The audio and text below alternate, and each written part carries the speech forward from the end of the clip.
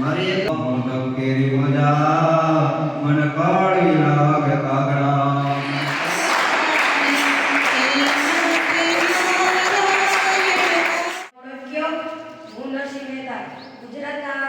ગુજરાતની આ ધન્ય ધરા પર જન્મ લેનાર હું છું નરસિંહ મહેતા.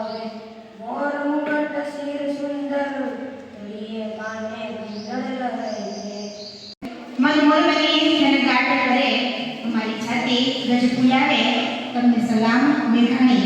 તેના મૂળો અને ગુણ સુધીમાં માતૃભાષાનું ગૌરવ તથા સંસ્કૃતિનો વાણિજ્ય સાહેબ સુધી પહોંચાડી દીધો. રાષ્ટ્રની રજગાર પગલે કસુંબીનો રંગ રેલાતો ગયો. ચારણ કન્યા કુંડળિયારી ચારણ કન્યા શ્વેત સુવાળી ચારણ કન્યા ગોળી વાળી ચારણ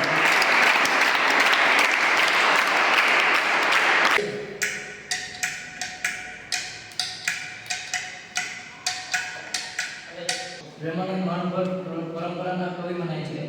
એમાં જોયું તે પુરુષને હું ન રખું.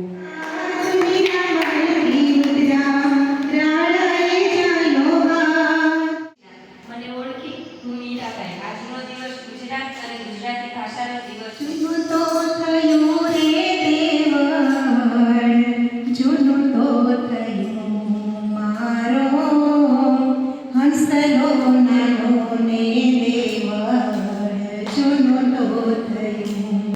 માતૃભાષા એટલે બાળકને મા દ્વારા વારસામાં મળેલી ભાષા. હવે ઉભરાતી મળી મને માતૃભાષા ગુજરાતી, મળી માતૃભાષા મને ગુજરાતી.